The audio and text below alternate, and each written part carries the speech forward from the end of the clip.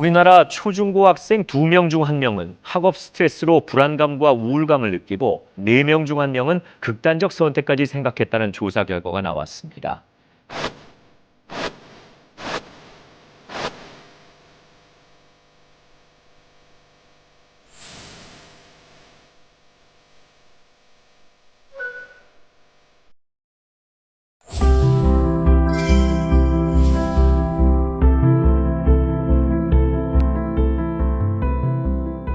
오늘은 역사에서 배우는 참 인성교육이라는 주제로 여러분들과 함께 이야기를 나누어 볼까 합니다. 대한민국은 교육의 힘으로 성공한 나라입니다. 아는 것이 힘이라는 일념으로 피난 속에서도 교육의 열정을 놓치지 않았습니다. 그러나 지금은 교육이 걱정이라고 많이들 근심하고 있습니다. 선생님들은 교실에서 잠자는 학생들을 깨울 수 없는 현실을 안타까워하고 있습니다. 아무리 시대가 바뀌고 AI가 많은 교육을 대신한다 해도 스승과 제자의 위치는 가장 교육의 핵심 가치입니다. 선생님은 존경받고 학생들은 사랑받는 그러한 모습들이 살아날 때 진정한 학교이고 교육개혁의 출발점이라고 생각합니다. 거기에서 가장 중요한 것이 인간애라고 생각합니다. 물질, 기계, AI까지 시대의 주류가 되니까 어느새 본질이 밀려나 버렸습니다. AI에게 따뜻한 피, 따뜻한 가슴은 없지 않습니까? 그렇기 때문에 AI도 메타버스도 기능적으로는 당연히 활용해야 하지만 더 중요한 것은 우리가 학교에서 서로 간에 역지사지 배려하고 나누고 사랑하고 이러한 따뜻한 온정이 살아나게 하는 그런 인재들을 키우는 것이야말로 우리의 가장 중요한 책무라고 생각합니다. 그런 의미에서 우리는 과거를 통해 현재를 배우고 그리고 미래를 향해 참된 교육의 길을 펼쳐야 합니다. 과거 속에서 또 전통시대 속에서 얼만큼 인재를 키울 때 인성교육을 중요시 했는지 우리는 기억해야 합니다. 전통교육 속에서 인성교육의 실천과 과제를 들여다보면 가장 높이 평가하는 게 경의, 직내, 의의, 방해, 남을 공경하고 존경하는 그런 마음으로 곧게 하고 또 밖으로는 의로서 반듯한 행동을 하라는 그런 선비들의 기본적인 마음가짐이 있습니다. 그래서 우리는 그것을 가지고 법고 창신, 옛날 것을 본받아서 내일의 창의의 새로운 그런 시대를 열라는 그런 정신에서 우선은 수신제가 치국평천하라고 원래는 인격적으로 완성된 인간을 추구하는 것입니다. 또 하나 우리가 유교 교육에서 또 전통 교육에서 가장 본받아야 할 지향점은 자기 충실과 함께 타인과의 조화입니다. 그러니까 조화로움의 지혜, 또 인간뿐 아니라 자연과의 조화의 지혜를 일깨워 주었습니다. 왜냐하면 자연이라는 것은 봄, 여름, 가을, 겨울의 순리를 가르치기 때문입니다. 함께 어우러지는 하모니와 질서, 겨울이 가면 또 봄이 오는 이 순리를 우리가 잊으면 안 됩니다. 바로 그런 속에서 우리 선조들은 가장 중요한 것을 사람을 불쌍하게 생각할 수 있는 측은지심, 인의 마음이죠. 수호지심, 부끄러워할 줄 아는 마음. 그러니까 정의로움, 의리 이런 것을 강조한 것이죠. 또 사양지심, 양보할 줄 아는 마음, 예의 마음입니다. 또 하나는 옳고 그름을 가릴 줄 아는 이게 시비지심이죠. 그런 속에서 가장 근본은 모든 관계에 있어서 신의를 가장 중요하게 생각했습니다. 믿음으로 모든 관계가 형성되고 지속될 수 있는 것입니다.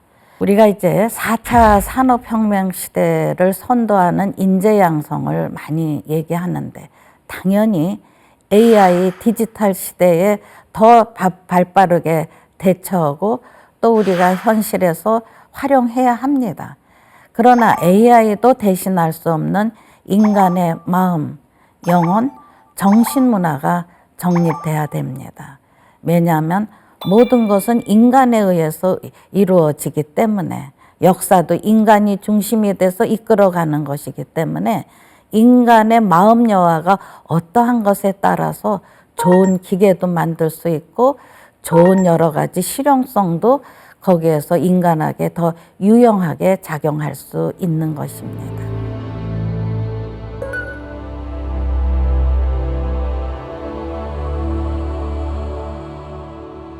우리 역사에서 이런 인성교육의 본질을 깊이 알고 만 백성에게 마음 경영을 한 리더 한 분을 소개하겠습니다.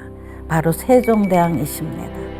세종대왕께서는 정말 밤낮을 가리지 않고 끊임없이 공부하고 또 고민하고 그러면서 만 백성이 편안하게 삶을 영위하는 그런 길을 닦아주셨습니다.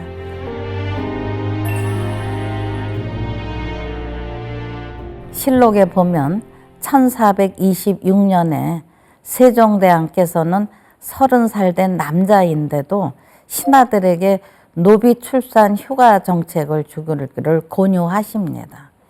바로 노비도 사람인데 하늘이 낸 사람인데 애 낳자마자 다음날 일 시키는 것은 너무 가혹하지 않겠니? 그러니 노비가 애를 낳으면 100일의 휴가를 주라고 이야기하십니다. 신하들은 반대하지만 세종께서는 계속 설득으로 이런 정책을 수행하게 됩니다. 동서고금에 어디에도 실행되지 않은 그야말로 따뜻한 복지입니다. 이런 데서 세종대왕의 마음 경영을 읽을 수 있는 거죠. 그런 속에서 세종대왕의 리더십은 이러한 여러 가지 아주 온대한 업적만 내놓는 것이 아니라 우리에게 가슴에 울림을 주는 여러 가지 감동 정치를 하신 거죠. 그런 중에서 가장 이 진정한 사랑, 인간에 대한 사랑, 그리고 우리 것에 대한 사랑으로 만든 가장 위대한 우리의 그러한 유산이 바로 한글 창제 아니십니까?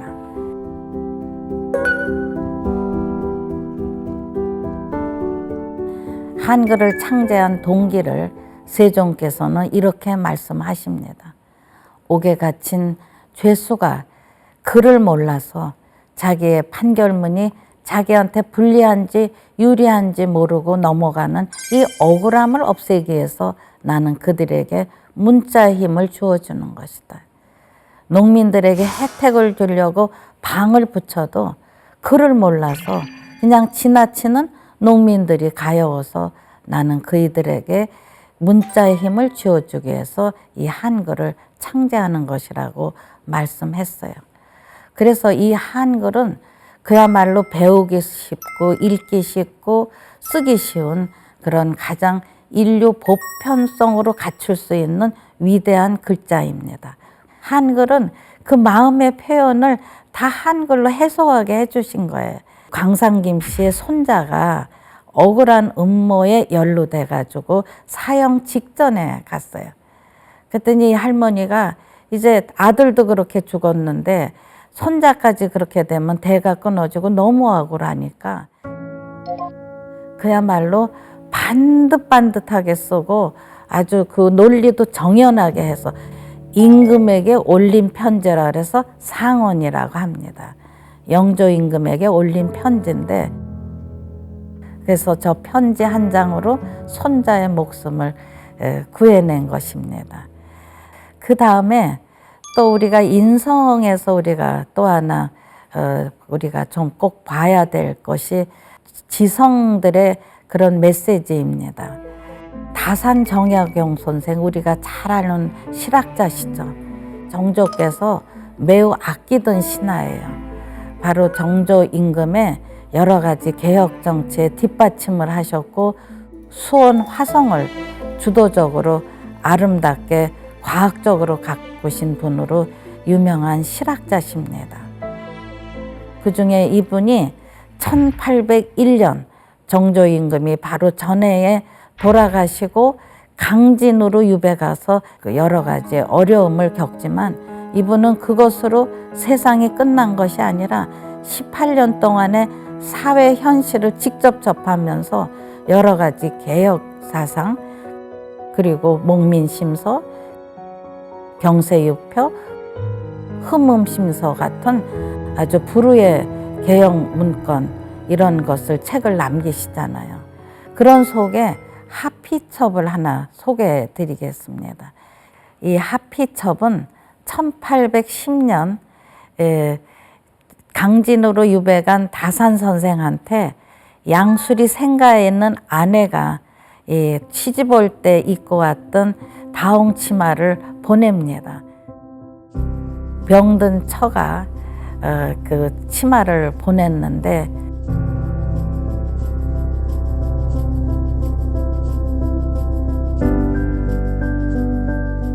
아들 둘에게 좋은 글귀와 여러 서체를 가지고 유배지에서 아들을 가르치고 또 일깨우는 그러한 서첩으로 만들게 됩니다.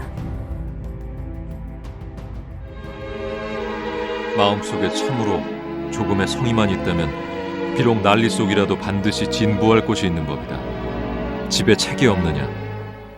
몸에 재주가 없느냐? 눈이나 귀에 총명이 없느냐? 어째서 스스로 포기하는 것이냐?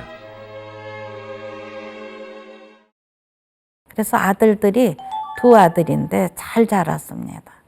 우리가 아무리 시대가 바뀌어도 서로 간에 오가는 이러한 진정성은 우리에게 많은 가슴에 울림을 남게 됩니다.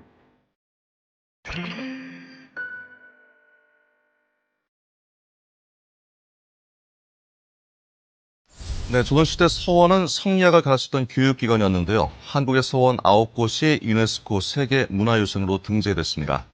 이 한국의 서원이 2019년 7월 6일에 아제르바이잔 바쿠에 제43차 세계유산 총회에서 등재가 됐습니다. 9년을 가까이 각고의 노력을 거쳐서 저하고 우리 유림들, 문화재청, 지자체, 학자들 함께 힘을 합해서 우리 서원이 유네스코에 등재하는 쾌거를 이뤘습니다.